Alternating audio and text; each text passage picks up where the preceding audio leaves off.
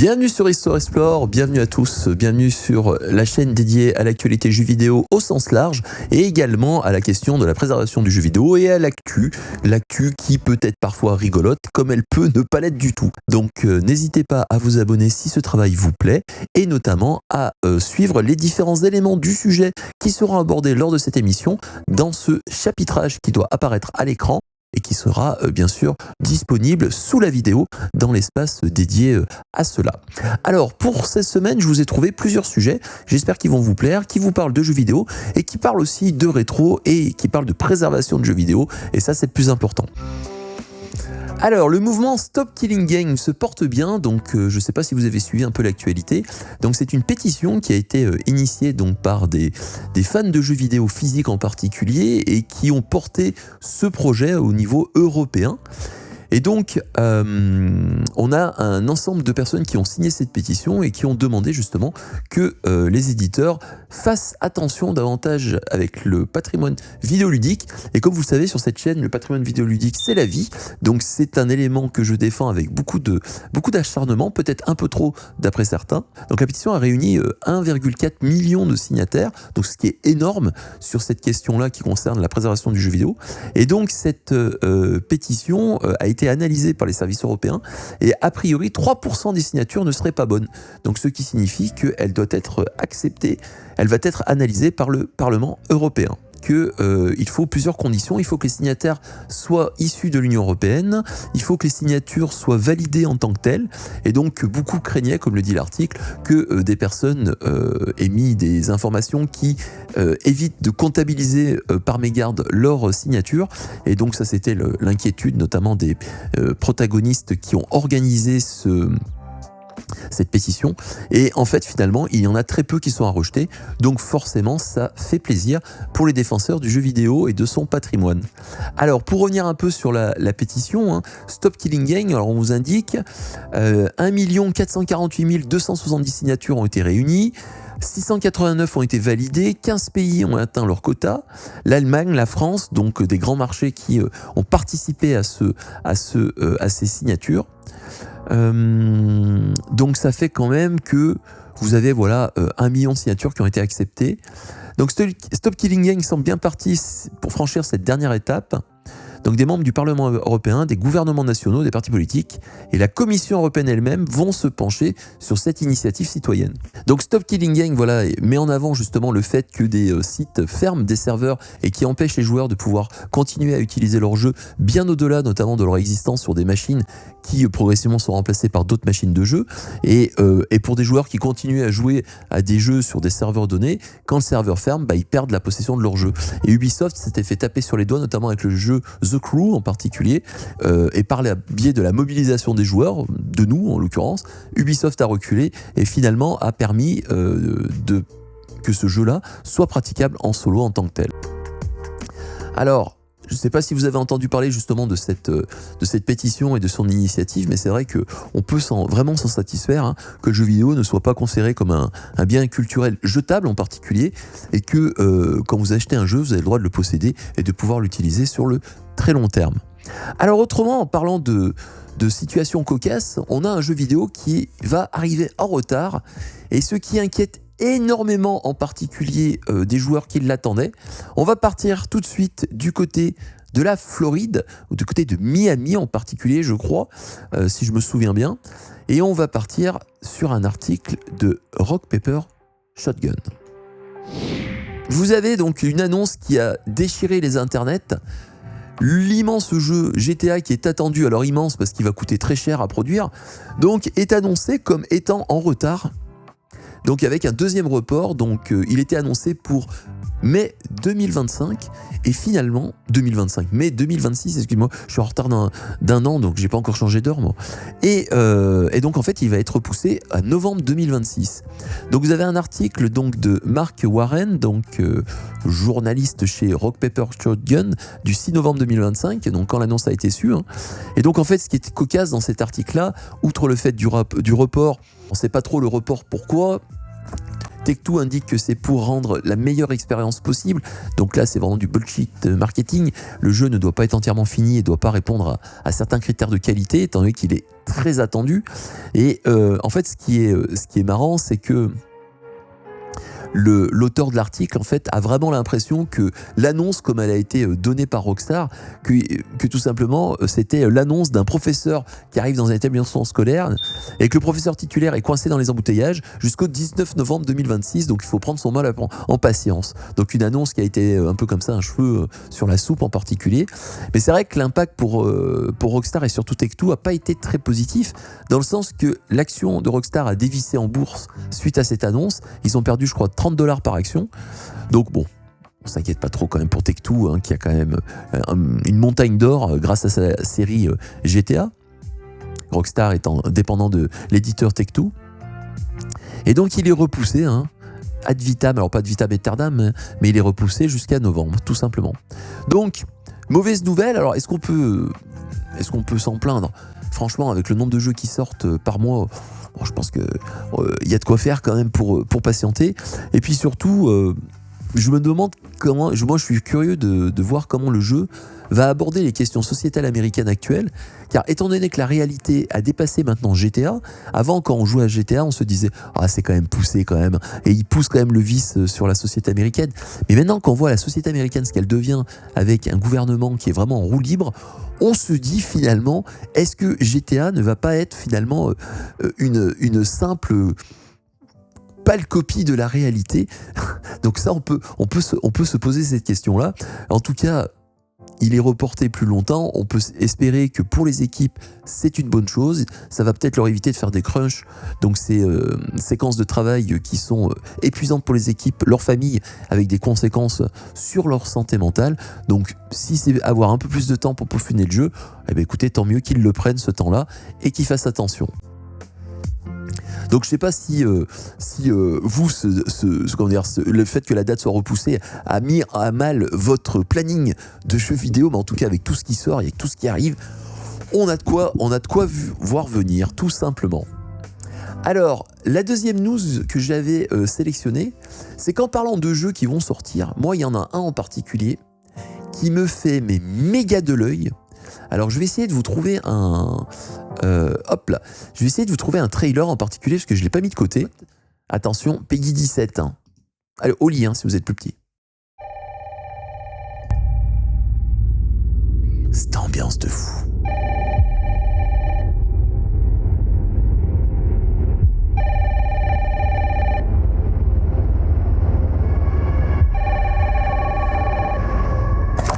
Hello? Yes.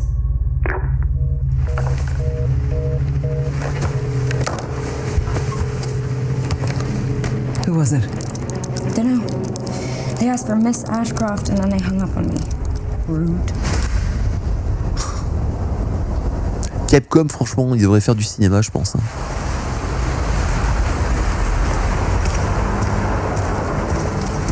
Ils ont fait de tels progrès dans la modélisation des personnages. C'est un truc de dingue. Investigating all these strange deaths, huh? Il y a tellement une ambiance polar noir là. Avec bien sûr le côté horrifique de la série. Effectivement. Stay close to me. Donc ça c'est sa mère en fait. I'm coming. Regardez-moi cette bande-annonce, mais il y a tout, les effets de lumière. Slay later.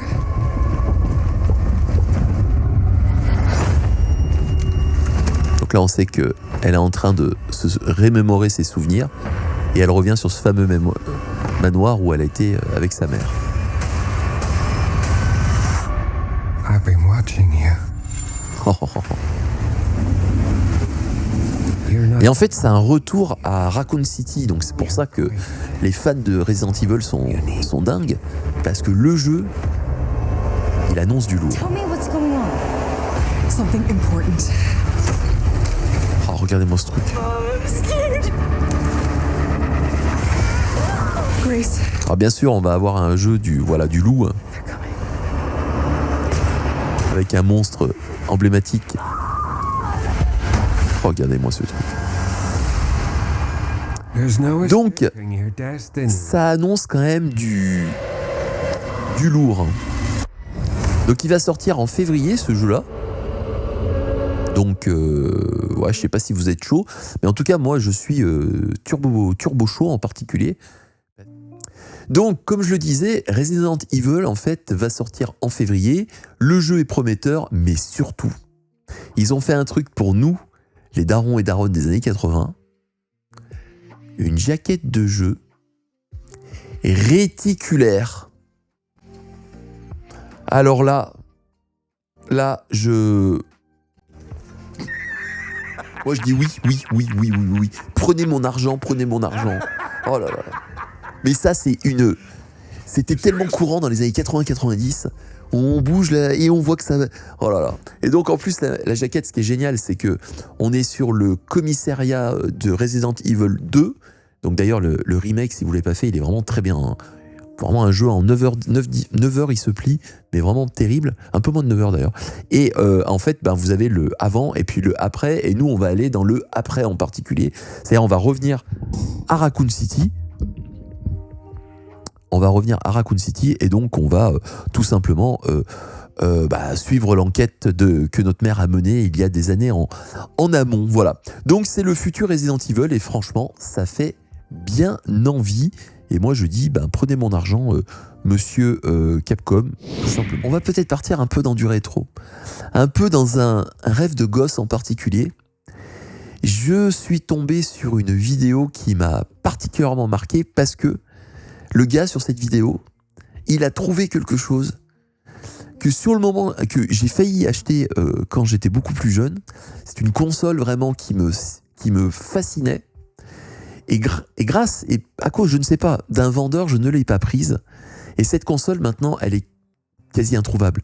Elle est trouvable, mais à des prix qui sont dingos.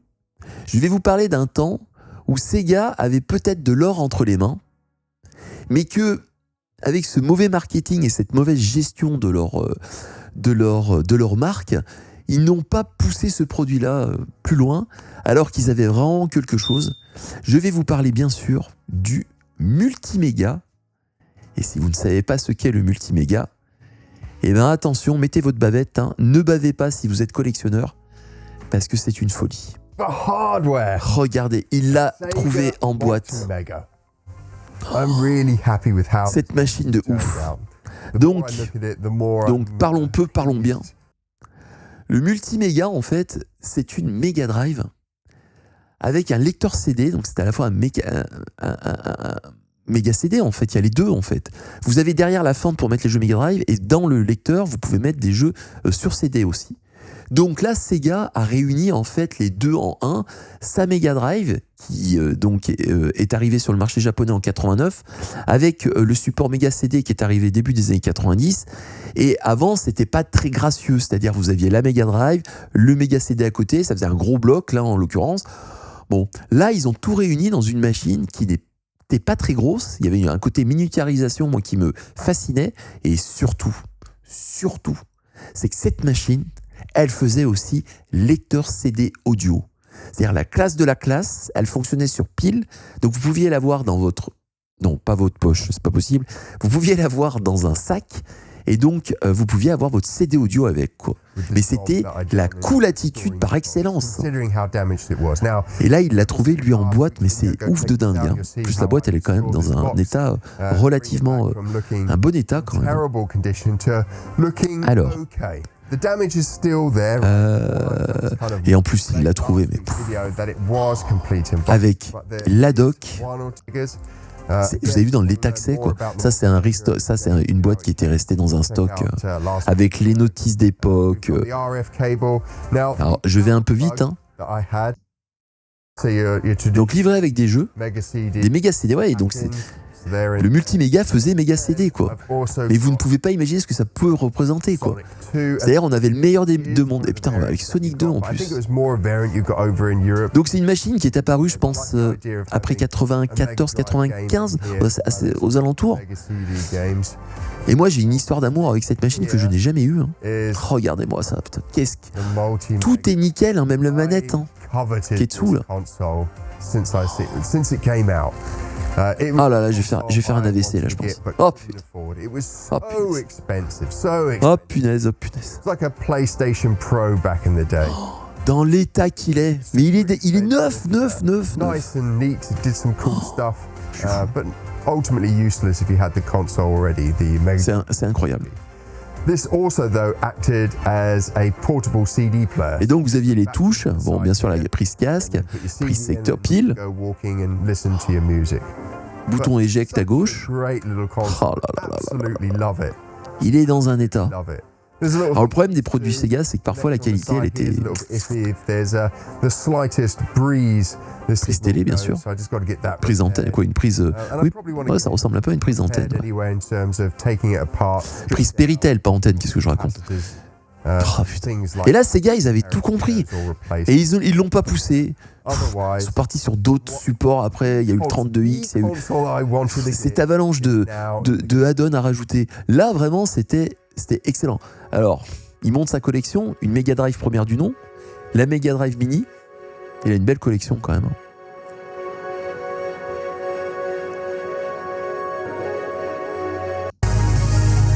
Oh là là. Et donc, il peut mettre à la fois ses jeux Mega Drive et à la fois ses jeux Mega CD. Et puis avec le petit écran rétro-éclairé, oh, c'était tellement la classe. Alors pourquoi je fantasme sur cette machine? Vous pouvez dire, mais calme-toi, Histoire Explore. Prends tes pilules. En fait, c'est que cette machine, j'ai failli l'acheter à l'époque en magasin. Elle était vendue en France. Alors, elle coûtait un prix horriblement cher. Hein. Je crois qu'on était sur du 2500 francs à peu près, alors qu'une Mega Drive coûtait 1490 francs. Alors, bon, on est dans une chaîne de l'exactitude. Donc, si on regarde le taux franc-euro, je vais vous le dire tout de suite, avec le site de l'INC, hein, qui a un très bon comparateur de prix, ça correspondait à presque 600 € quand même. Hein. Donc, cette machine, à sa sortie, elle faisait presque 600 balles. Hein. Donc, vous pouvez me dire, ouais, c'est le prix d'une PS5. Ouais, c'est vrai que maintenant, avec les prix, on a des prix de consoles qui sont complètement claqués au sol en ce moment. Mais bon, cependant, voilà, c'était quand même une somme, quoi. Et donc, ce multiméga, personnellement, voilà, je suis allé dans un Micromania, je m'en souviens encore. Hein. Et en fait, je voulais m'acheter. Putain, mais je crois que je voulais m'acheter une Mega Drive, en fait. Oui, oui. Je voulais m'acheter ma Mega Drive. J'avais bossé dans de la famille pour avoir des petits sous, voilà, des sous d'activités de vacances. Donc voilà, donc j'avais bossé et ma famille m'avait filé un peu des thunes. Et donc économie par économie, sou après sou, hein, vous savez, un chou est un chou. Et donc je vais dans mon Micromania et donc je vois cette machine. Et donc cette machine, je demande au vendeur. Je lui dis ouais, le multiméga, j'ai vu dans mon console plus, ça a l'air d'être trop cool, tout. Et puis le vendeur, il me regarde, il me fait, tu sais, ça coûte très cher, donc 600 € actuels. Hein. Une Mega Drive coûte moins cher. Alors est-ce qu'il m'a pas vendu en fait une Mega Drive parce qu'il en avait sur les bras et le multiméga il en avait pas forcément, ça c'est peut-être possible. Mais en me disant, franchement, pour la différence de prix, t'as juste un support CD en plus, c'est pas. Puis bon, les jeux sur CD Sega. Alors le gars il vendait pas très bien Sega, se dit en passant. Et donc du coup moi jeune naïf de 13-14 ans, je l'ai écouté et je ne l'ai pas pris. Et qu'est-ce que je pleure maintenant. Ah mais ça c'est vraiment une machine dans ma collection que j'aimerais tellement avoir. Elle est folle cette machine. On peut écouter de la musique, on peut jouer à des jeux Mega Drive, des jeux Mega CD. Pour moi c'est vraiment la console Sega ultime. Et qu'est-ce que j'aurais voulu que la Saturn, la suite de Sega, justement, aille sur ce chemin-là en particulier. Et Sega n'est pas revenu là-dessus, et c'est dommage, parce que là, vraiment, vous imaginez, on est en 95, là, quand même. Il y avait quand même un petit côté novateur, même si Sega, ils ont quand même fait de gros fours commerciaux, mais cependant, quand même, on pouvait être admiratif de cet élément-là. Puis j'aime bien ce côté miniature qui me fait penser un peu à la PC Engine, donc de NEC en particulier, ce côté tout petit, qui est très japonais dans l'âme, soit dit en passant. Donc voilà, donc ce type de console-là, eh ben, c'est compliqué de la trouver, elle est quasi introuvable. Dans cet état-là, par contre, je pense que lui, c'est tout neuf, le carton qu'il a, regardez l'intérieur, on voit encore le plastique de la manette dans l'état neuf que c'est. Donc, on a célébré l'anniversaire d'un jeu vidéo qui a marqué pas mal de joueurs, moi également, un jeu de stratégie, Alors, est-ce qu'on peut dire un STR? Je ne sais pas. Il est sorti le 31 octobre 1996 aux États-Unis, 18 novembre 1996 chez nous en Europe. Donc là, on va plutôt célébrer la date anniversaire européenne d'un jeu de stratégie où on pouvait jouer les communistes. Donc dans un jeu d'une dystopie uchronie, je ne sais plus comment on peut la caractériser, hein, mais qui était complètement folle. Je parle bien sûr de Command & Conquer, Alerte Rouge, Red Alert chez nos amis les Ricains. Et ce jeu-là a marqué toute une génération, déjà par sa musique qui était complètement folle, et puis surtout par son ambiance nanaresque. Et donc on célèbre son anniversaire, et pour cela je voulais partager avec vous une vidéo moi qui m'avait à l'époque qui m'avait fait beaucoup rire sur la cinématique d'intro en particulier. Alors je ne sais pas si vous la connaissez, mais par contre si vous la connaissez pas, alors attention, nanaro possible.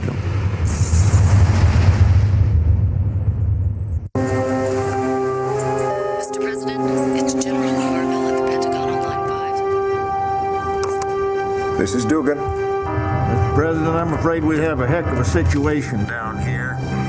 Cette ambiance de ouf. Regardez le président américain.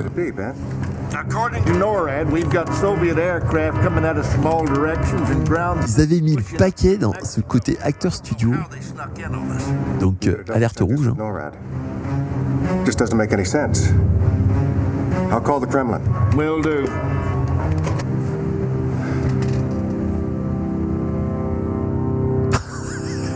Avec marqué en gros Moscou, au cas où qui se plante. Da, Premier Romanov here. What's going on over there, Alex? Donc là, il se pose des questions, pourquoi des missiles et des dirigeables arrivent vers les États-Unis. I have, Donc, le gentil président américain téléphone au méchant russe. We're supposed to be allies, you maniac. I'm the one that put you into Donc là, une trahison. Mais regardez le méchant qui est derrière. We Romanovs have our legacy to consider. I don't give a wooden nickel about your legacy. You call them off. Alex, you call them off. You know, we'll retaliate. Oh, don't be so sure. Ces méchants communistes. Et donc, fin de non-recevoir. Sir, verification. Ah, j'adore le militaire avec le cure-dent dans la bouche. Là. It's time to hit back. Make it happen. Yes, sir. This is General Carville. Soviet invasion confirmed. Execute launch order 010 Adam Delta Charlie. Now confirmation. Missiles prime. Armed. Ah, énorme là, énorme. Command. Donc il écoute et il entend une curieuse musique. 10 seconds. Et ça le rend complètement fou.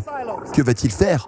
Jerry, what? Bobby, tu étais mon frère! Open the silos or they'll explode under. The silo doors are closed. Bobby, tu n'es pas un communiste! Et là, en même temps, ils mettent les images donc d'acteurs studio avec des images tirées du jeu. Lénine, réveille-toi. Et là, la musique. Cette intro était folle.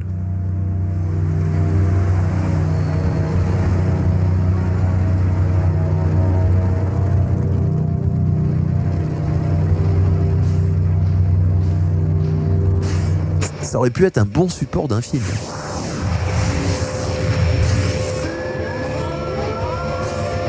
Et là, donc, l'invasion des États-Unis par les méchants communistes. La musique, elle est géniale.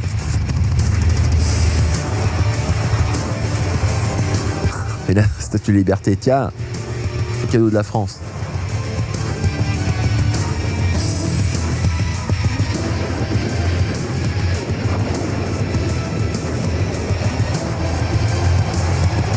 Là, c'est les embouteillages, hein. Là, c'est l'A7 en plein mois d'août. Hein.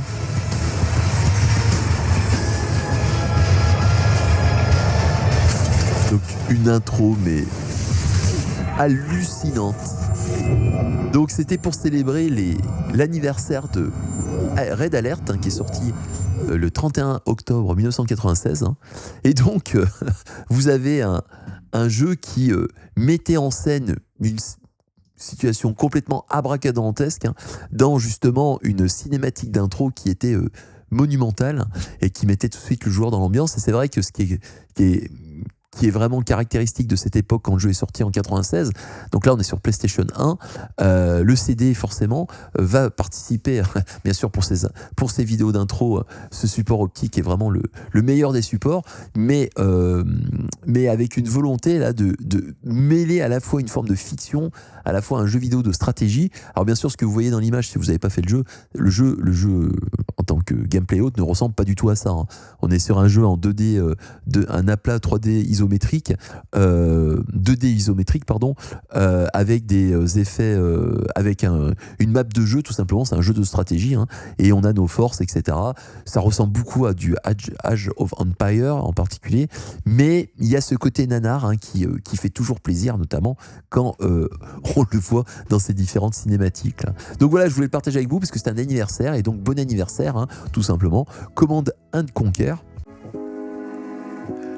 Alors je sais pas si vous l'aviez fait à l'époque ce jeu-là, hein, en tout cas, ou si vous l'avez refait plus tard, mais c'est vrai que voilà, on retrouve comme ça des pépites, notamment dans la manière dont sont présentées les histoires des jeux, quoi.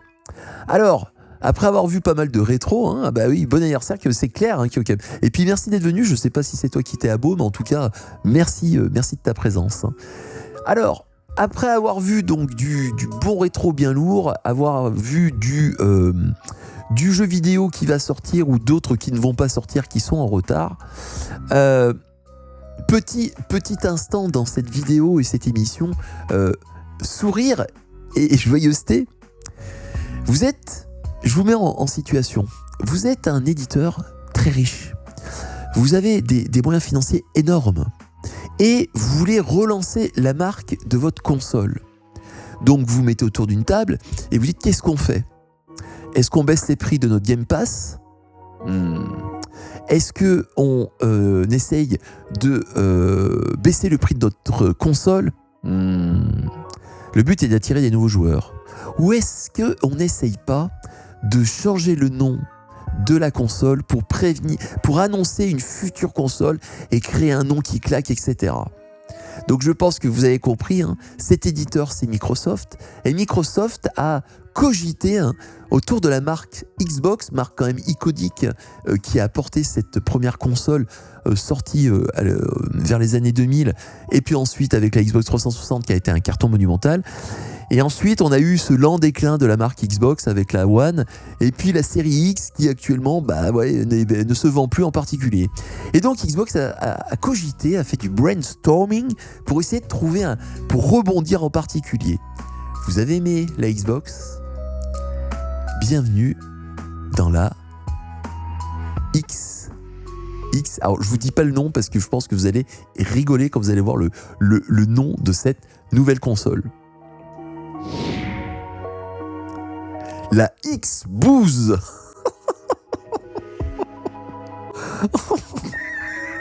La X-Booze.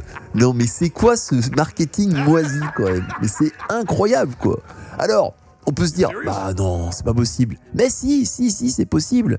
C'est que ils ont tout simplement lié deux mots. Alors, on va écouter un peu cette histoire un peu curieuse que nous relate xboxgamer.net, qui est quand même un site, on va dire, qui adhère à Microsoft, hein, qui adhère à Xbox. Hein. Donc il est parfois difficile, donc comme le dit le site, de suivre la communication de Xbox. Alors, est-ce qu'on peut mettre un chouïa... Ah non, on peut pas mettre un chouïa plus gros. Donc, la société de Redmond veut élargir au maximum son écosystème, etc. Donc, il veut s'ouvrir à de nouvelles plateformes, à la fois PC, téléviseurs connectés, etc. Vous savez que ici sur Hebdo Explore, on l'a déjà annoncé plusieurs fois. Xbox est un éditeur, maintenant le plus gros au niveau des licences qu'il possède et des studios qu'il possède. Mais c'est vrai qu'on se rend compte que le hardware les intéresse de moins en moins et qu'ils sont dans une logique soit de partager leur marque avec d'autres fabricants, comme la ROG Ally, une console portable que Microsoft a fait un partenariat notamment avec ce constructeur-là. Et estampillé Xbox, même si c'est pas du matériel Microsoft derrière. Et on voit que le fait qu'ils augmentent le prix de leur machine et qu'ils mettent en avant donc notamment leur plateforme numérique de cloud et surtout de Game Pass, on se demande si progressivement en fait ils veulent pas que le Game Pass ou leur accès à des jeux vidéo le soit par différents supports, ordinateurs, pourquoi pas PlayStation 5, pourquoi pas Switch également, c'est-à-dire en fait permettre d'avoir leur plateforme sur de nombreux supports et ne plus se cantonner à un matériel propriétaire parce que ça coûte cher et ensuite parce que c'est la deuxième console qui ne fonctionne pas. Donc au bout d'un moment, je pense que les actionnaires d'Xbox et de Microsoft ont dû leur dire bon, hein, il faut peut-être arrêter un peu la blague, Phil Spencer. Donc malheureusement, c'est ce qu'on voit actuellement avec pas mal de licenciements. Et donc, ils ont cette idée de se dire comment faire pour lier quand même notre matériel à une notion de communauté et puis surtout d'un cadre sécurisant, voilà, au sein de sa maison. On a son accès à Xbox sur une télévision, etc. Eh ben, je vous le donne en mille. Ils se sont dit, mais en fait, on n'a qu'à relier les deux mots. Xbox et House, ça fait X-Booze. Waouh. Waouh. Donc, bienvenue à la X-Booze. Donc, forcément, nous en France, ça nous fait beaucoup rire parce qu'ils n'ont pas pensé que X-Booze, ça fait penser quand même à autre chose qu'à une machine ultra performante et avec des teraflops et compagnie. Hein. On pense plutôt à une production rurale, je ne sais pas, de nos brillantes et chatoyantes campagnes en l'occurrence. Donc une bouse. Donc voilà. Donc mais comment on peut se dire qu'une marque qui a autant d'argent avec des services et voilà ce qu'ils ont mis sur les présentations. Ça, c'est les captures d'écran qui ont bien sûr été supprimées, qui ont été transmises donc sur différents réseaux sociaux. Et donc Xbox, bien sûr, a tout fait pour faire disparaître ces supports. Et ils avaient commencé à présenter sur leurs différents supports de réseaux sociaux donc le terme de X-Booze, etc. Donc forcément, je pense qu'en France, ils ont dû leur dire arrêtez tout, et donc ça ne s'est pas fait. Hein. Donc voilà comme quoi une marque peut avoir beaucoup d'argent, peut avoir plein de services de marketing, mais ne sait pas tout simplement s'en servir, et on peut quand même s'en désoler. Hein. Alors, c'est facile de tirer sur une ambulance, telle que Microsoft, au niveau de sa Xbox. Mais cependant, sachez que voilà, vous avez d'autres marques qui parfois ont ce dilemme au niveau de leur nom, et c'est vrai que le nom d'une machine, parfois c'est compliqué parce qu'il n'y a pas forcément la même signification. Après, vous avez aussi parfois certaines marques qui dépassent l'interdit éventuel autour d'un terme qui peut faire peur. Souvenez-vous bien que quand le successeur de la PS3 allait sortir, vous avez quand même des grands influenceurs, anciens journalistes jeux vidéo pour pas les nommer, qui étaient persuadés que la future PlayStation ne sera pas la PS4, parce que en japonais, le terme en fait faisait penser à une connotation qui était négative et qui était liée à la mort en particulier. Et donc vous avez eu tout un avalanché de influenceurs qui ont joué là-dessus en disant c'est impossible que Sony l'appelle la PS4, c'est complètement incohérent, ils ne le feront jamais, etc. Osef, hein, bien sûr que si, qu'ils l'ont appelé comme ça. Et vous avez une marque qui est installée et elle est mondialement connue, et la numérotation elle est tout à fait avec ce que veut Sony sur ces différentes machines de PlayStation. Donc comme quoi, des gens qui se sont dit soi-disant bien renseignés ne l'étaient pas du tout. Donc c'est vrai que le nom d'une marque peut faire vriller, et en l'occurrence là, Xbox a été exemplaire une nouvelle fois comme Microsoft, avec cette volonté de faire du blabla commercial qui signifie rien du tout simplement. Donc j'espère que ça vous a beaucoup fait rire. Moi franchement, quand j'ai vu ça, la X-Booze, c'était vraiment quand même priceless, de voir comment on peut tuer sa marque tout simplement en ne faisant pas attention à ces éléments de langage. Alors Dragon Quest 7 qui était sorti sur DS, va connaître un remake, oui, on peut dire remake parce qu'il y a des éléments qui ont été modifiés au sein du jeu, donc dans une version qui sort en février 2026, et donc pas de mise à jour possible entre la version Switch et la version Switch 2. Alors vous allez voir comment la douille là, elle est particulièrement douloureuse pour les gens qui collectionnent les jeux et qui aiment bien avoir le support en tant que tel. Alors Square Enix est son partenaire de développement, donc on fait une FAQ sur le futur jeu, en particulier en indiquant ce qui est possible ou pas, et donc permet de répondre à pas mal d'interrogations sur le fait que le jeu va sortir sur 2 supports, alors plus que 2 supports, mais bon, pour Nintendo sur la Switch 1 et la Switch 2. Et donc, on apprend que pour l'éditeur, ce jeu-là, en fait, a 2 versions. Ça sera pas la même selon les 2 consoles. Non. Et écoutez bien la douille. Si vous achetez Dragon Quest sur la Switch 1 et que plus tard vous décidez d'acheter la Switch 2, vous pourrez jouer au jeu. Par contre, point de mise à jour graphique possible, vous restez sur une version Switch 1 sur Switch 2. C'est-à-dire, on est toujours sur l'écosystème Nintendo, mais Square Enix décide de faire 2 versions bien différentes et ne pas permettre une mise à jour gratuite qui aurait été vraiment très appréciable pour les joueurs, voire même, allez, en payant 5 € pour la forme, on va dire, pour soutenir les équipes. Mais là, non, c'est pas possible. C'est comme ça. Si vous voulez avoir la version la plus belle qui soit possible, il faudra tout simplement prendre la version Switch 2 avec une Switch 2 . Donc, jouer à la version Switch d'origine sur Switch 2 ne permettra pas d'en profiter avec les optimisations techniques de la nouvelle console. Et là, on se dit, ils sont quand même gonflés quand même. C'est un jeu qui tourne sur les 2 machines, mais il est quand même différent et il y a une version et on peut pas passer d'une autre. Et en fait, ce qui est quand même fou, moi, c'est surtout ce qui me rend dingue, quoi. C'est que vous l'achetez, vous pouvez pas, en ayant une nouvelle console, pouvoir l'utiliser avec les améliorations de cette nouvelle console. Donc ça, c'est une volonté de l'éditeur, c'est pas un blocage technique, etc. Et surtout, autre belle douille, les sauvegardes ne seront pas transférables entre les 2 plateformes. Là, on se dit, non mais au secours, quoi. Donc, vraiment une volonté de je vais le dire, de faire bip aux joueurs, quoi. Vraiment, de leur dire non, tu prends la version sur l'autre console et tu pourras, autrement tu peux pas. Mais franchement, mais quel manque de respect, quoi. Comme dirait quelqu'un, mais quelle indignité. Donc ce nouveau Dragon Quest, je sais pas si vous avez vu la bande-annonce, on peut la regarder parce qu'elle est tellement belle. And remember, not a word of... Ils ont fait, je trouve, un peu un côté diorama. Et qu'est-ce que c'est magnifique. Alors Dragon Quest 7, si vous le connaissez pas, mis à part cette petite douille là qui fait quand même très mal, c'est un Dragon Quest qui est un peu sombre par rapport à la grande série née en 86, si je me trompe pas. Et donc, où on est donc un protagoniste, on le voit là avec son petit chapeau, qui ressemble beaucoup à Sangoku, forcément, vu que Akira Toriyama est quand même derrière le chara design de ce jeu.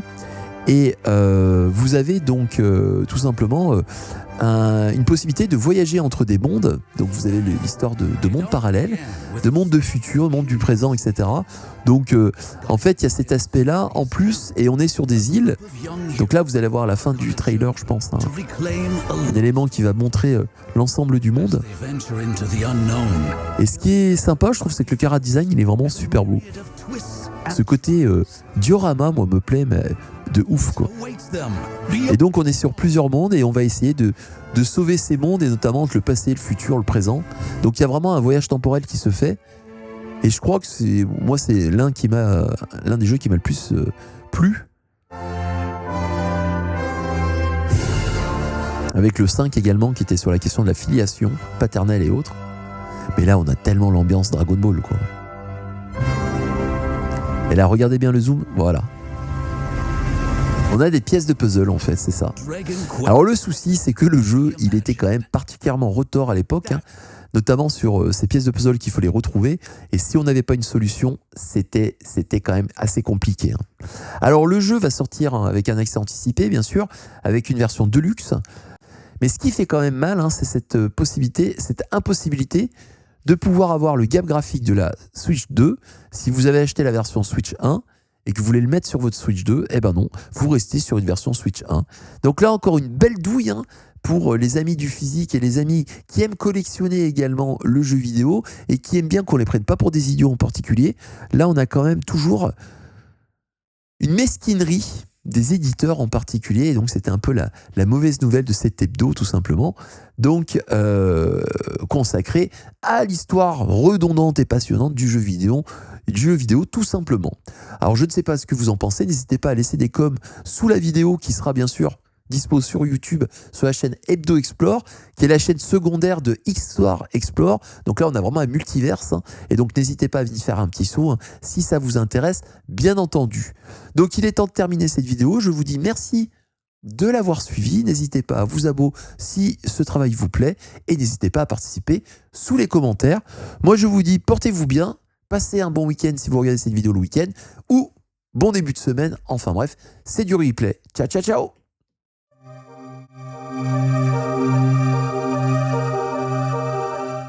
Intéressé par ce genre de thématique, mais aussi l'histoire, le jeu vidéo, la géographie ou l'actualité, n'hésite pas à t'abonner à cette chaîne pour soutenir la cause.